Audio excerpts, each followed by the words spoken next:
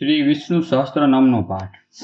અંત વિનાના 1000 સ્વરૂપવાળો 1000 ચરણ મસ્તક અને સાથળ અને બાહુવાળા પરમાત્માને નમસ્કાર હો. હજારનાવાળા અને કોટી યુગને ધારણ કરનાર એવા શાશ્વત બ્રહ્મ સ્વરૂપને નમસ્કાર હો. જેની નાભીમાં કમળ એવા ભગવાન વિષ્ણુને નમસ્કાર હો. જલમાં શયન કરનાર શ્રી વિષ્ણુ ભગવાનને નમસ્કાર હો. હે કેશવ, હે વાસુદેવ, આપને નમસ્કાર હો.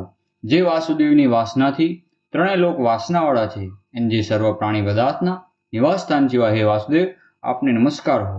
બ્રહ્મ સ્વરૂપ અને ગૌ બ્રાહ્મણનું હિત કરનાર એવા દેવને નમસ્કાર હો. જગતનું હિત કરનાર શ્રી કૃષ્ણને નમસ્કાર હો. ગોવિંદ સ્વરૂપને નમસ્કાર હો. જેમ આકાશમાંથી પૃથ્વી પર પડેલું પહેલું પાણી સમુદ્રમાં જાય, તેમ બધા દેવોને કરેલા નમસ્કાર ભગવાન કેશવ પ્રતિ જાય છે, જેમાંથી શ્રી હરિનું ભજન પૂજન થાય છે. એવા આ માર્ગ નિષ્કંટક છે. શ્રી હરિના ભજન પૂજન વિનાના માર્ગને કુમાર્ગ જાણવો. બધા વેદો જાણવાથી જે પુણ્ય થાય છે, સર્વ તીર્થયાત્રાથી જે ફળ મળે છે, તે સમગ્ર ફળ દુષ્ટોનો નાશ કરનાર શ્રી વિષ્ણુ ભગવાનની સ્તુતિ શ્રદ્ધાપૂર્વક કરવાથી મળે છે. જે મનુષ્ય શ્રી હરિના મંદિરમાં નિત્ય 3 વાર પ્રભાત, મધ્યાહન, સાયંકાળ 2 કે 1 વાર પણ વિષ્ણુ સહસ્ત્રનામનો પાઠ કરે છે, તેના સર્વ પાપ કર્મો નાશ પામે છે. જે મનુષ્ય આ સ્ત્રોતનો પાઠ ભાવ ભક્તિથી કરે છે, તેના શત્રુઓ બળી જાય છે, તેના ઉપર સર્વગ્રહો શાંત રહે છે અને તેના સર્વ પાપ વિનાશ પામે છે.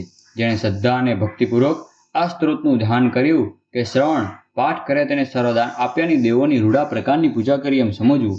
જે મનુષ્ય દરેક બારસના દિવસે મારી સમીપ આ સહસ્ત્રનામનો પાઠ કરે છે, તેને આલોક પરલોક કોઈ પણ ઠેકાણે ભય રહેતો નથી. તેને કરોડો કલ્પના પાપ ધીમે ધીમે બળી જાય છે. હે અર્જુન, જે મનુષ્ય પીપળાની પાસે કે તુલસીની પાસે બેસીને આ વિષ્ણુ સહસ્ત્રનામનો પાઠ કરે છે, તે કરોડો ગાયોના દાનનું ફળ પામે છે. વળી જે મનુષ્ય નિત્ય શિવાલયમાં અથવા તુલસીના વનમાં બેસીને શ્રી વિષ્ણુ સહસ્ત્રનામનો પાઠ કરે છે, તેના સર્વ પાપ અને દુઃખ નાશ પામે છે. એવું ચક્રધારી ભગવાનનું વચન. ઇતિ શ્રી જન્મ મહાભારત ભીષ્મ યુધિષ્ઠિર સંવાદે શ્રી વિષ્ણુ દિવ્ય સહસ્ત્ર સંપૂર્ણમ. શ્રી કૃષ્ણાપરમસ્ત.